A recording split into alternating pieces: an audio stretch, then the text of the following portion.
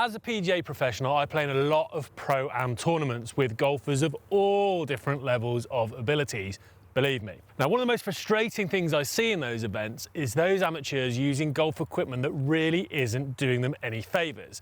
So I've come here to Stoke Park today to pick out 5 clubs that I really think could benefit high handicap golfers. Let's take a look.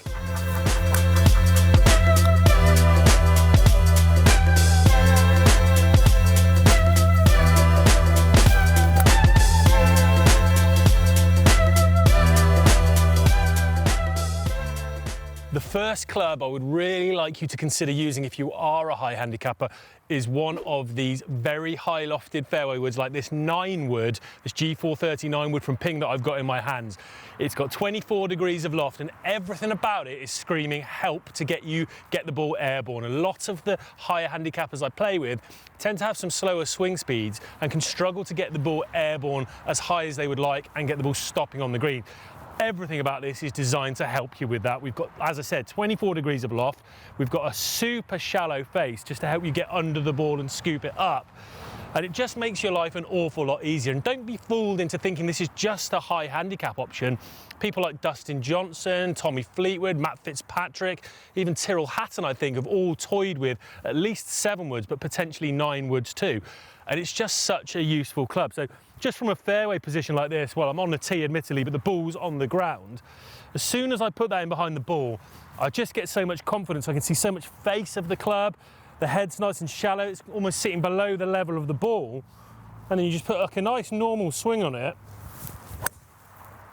And it's taking off up my nose, not too spinny, lands super soft. And admittedly, I've got a reasonably high level of swing speed, but in slower swing speed hands, it's the same principle. That CG location, that shallow face, everything is helping you get the ball up. And it's not just off the fairway, it's super versatile. If I move forward just a foot or so here, into this kind of semi-rough, and I give myself a not great lie there, I'll just tap that on the head, get it down, nestled in that grass a bit. That would be a bit of a challenge, even for me with a 4-iron, 5-iron. I'd really need to have a really precise strike to get that out, and even then it would probably come out quite flat. Again, as soon as I pop that in behind the ball, the amount of face I'm seeing and the kind of bigger footprint of that 9 wood head, I know I can just chop that out, and that's basically got the exact same flight as it did off the fairway. So it just makes life so much easier than battling away and trying to pierce those long irons and get that precise strike. So really give some consideration to popping a 9 wood in your bag.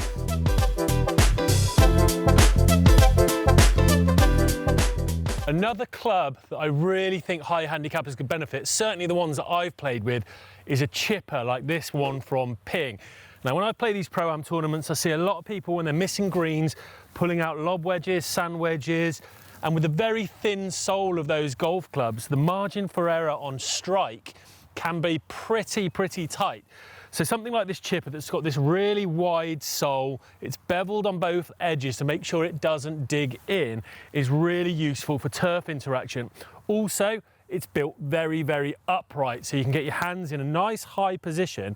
It's pretty much putter lie angle, and because of that, you can more or less use your putting stroke just to make sure we're brushing the grass.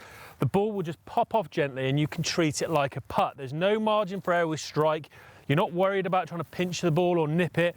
You're just literally brushing the grass on the way through, dead level with the ground, and trusting that the loft on this face will pop it up and deliver it. So again, I even use my putting grip when using this chipper. So a reverse overlap grip and just a rock of the shoulders, and trust that the ball will just elevate off the face and start releasing out towards the hole.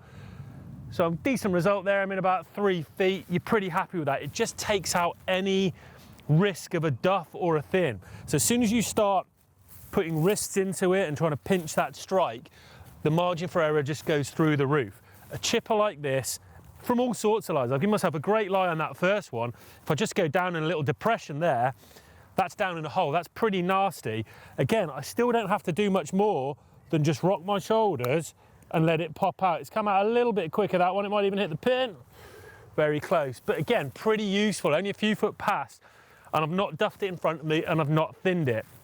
One more time from a technique point of view, Nothing complicated, high hands, putting grip, rock your shoulders, and just let that ball pop up on the green, release out somewhere near the hole, 3 or 4 feet, and you'll save more pars.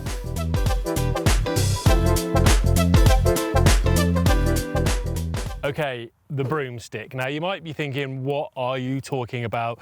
The broomstick's for the pros, I would never use that. Bear with me, hear me out. I play an awful lot of these programs, as I said, and one of the biggest culprits I see for people losing shots is missing these short putts, and one of the biggest reasons I see for that is people not being able to control the release of their hands. By that I mean I see so many people kind of hitting cover drives with a normal putter where they're holding on to this angle, not releasing the blade. That pushes the blade right, and then missing the putts right for a right-handed golfer.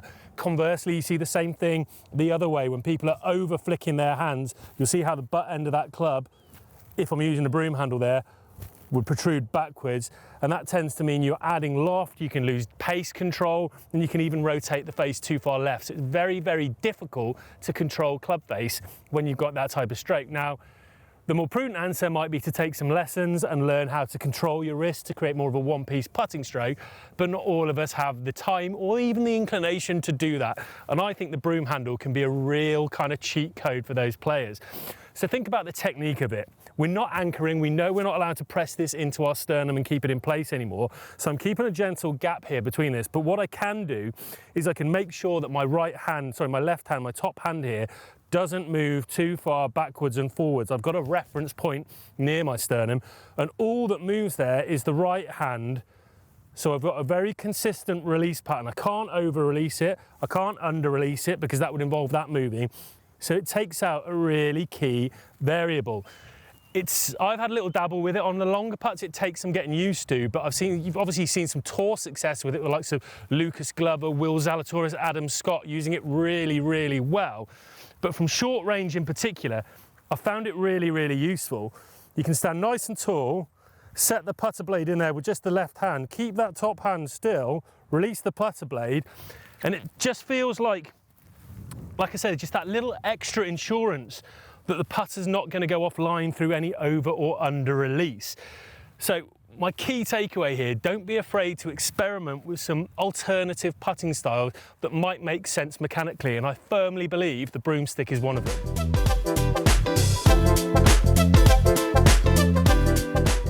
Another club that I really think would benefit the high handicappers, again, comes for use around the green. There's a bit of a theme developing here in terms of short game, and it is a specialist sand wedge specifically for bunkers. Now you might be thinking, hey, I've already got my Vokey or my Jaws Raw, my MG4, whatever it might be, but I still think there's clubs out there with just a little bit more help, like this Ram Easy Out wedge.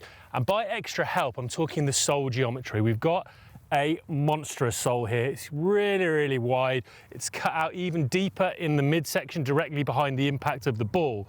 And what that does is creates extra effective bounce. So when you set it up square, you might not feel much different. The leading edge will be a similar distance from the ground. All of a sudden you lean that back, this huge back edge here kicks in and will just act like a rudder through the sand to help guide that club out of the sand a little bit easier rather than having it dig and stick in. The amount of times I've played in these pro-ams where people have played a shot, the clubs, they've addressed it too square, the club's just stuck in the sand and it's flubbed a couple of feet in front of them. I see that all the time.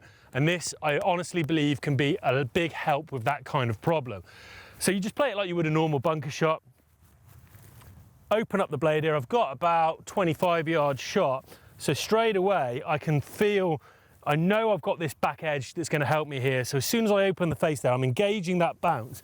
And all I've got to do, my job is just to slap this club into the sand with the back edge. And once it goes in, that bounce will kick in and it wants to come straight back out. So it really helps with that sand interaction. You can be as aggressive as you want. Pops out a dream really nicely. That's in there about 4 feet, really, really good. It just makes the journey through the sand so much simpler and so much easier. And again, I just think when you've got these thinner soles, the margin for error that I keep talking about with these shots increases. Once again, I could probably hit this a little bit heavier and it still does the job. The bounce has kicked in there, that's popped out further, and that's about 4 inches away. These specialist sand wedges for bunker play are really, really useful, and if you're not using them, then you're really missing out.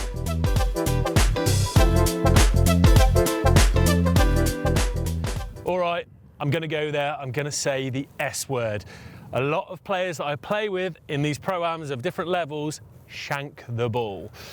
But you have to accept that, right? We've got to use irons. Well, wrong. If you're smart, you could visit a website like 11 Golf and pick up a set of hybrid irons. Now, one of the main benefits of these is that they basically don't have a hosel. You can get them from 4-iron all the way down to pitching wedge, and where the hosel meets the head, it's very, very shank proof. So for those of you who've had the old hosel rocket in your time, you'll be very pleased to hear that. But that's not the only benefit. They're very much designed with a higher handicap in mind. The CG locations, the extra mass, the extra real estate behind the ball is very confidence inspiring, and they're designed to help you once again get the ball up in the air.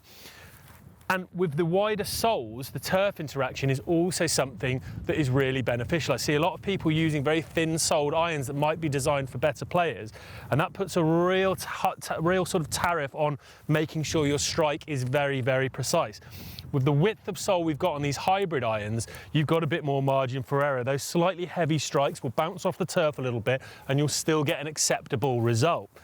Now, you don't play them like a wood or a hybrid or anything like that. You just pick out the number 7, it's a 7-iron to me. I'm going to hit the same sort of swing and everything that I would put on a normal 7-iron. I'm still going to probably take a little bit of a divot. You just treat them as an iron, play your normal shot, because they are, again, this is 7-iron length as well. It's a peculiar feeling looking down on a hybrid that is essentially 7-iron length when I'm still this close to it, but when you hit it, and that is absolutely perfect. I've performed for you there. That looks about 10 feet here from 180, 185. That's just so easy. A really nice shallow divot. It doesn't get stuck in the turf too long. It popped up super high and just dropped like a feather. They're so much easier to hit. So if you do struggle with your irons, please consider a hybrid iron set.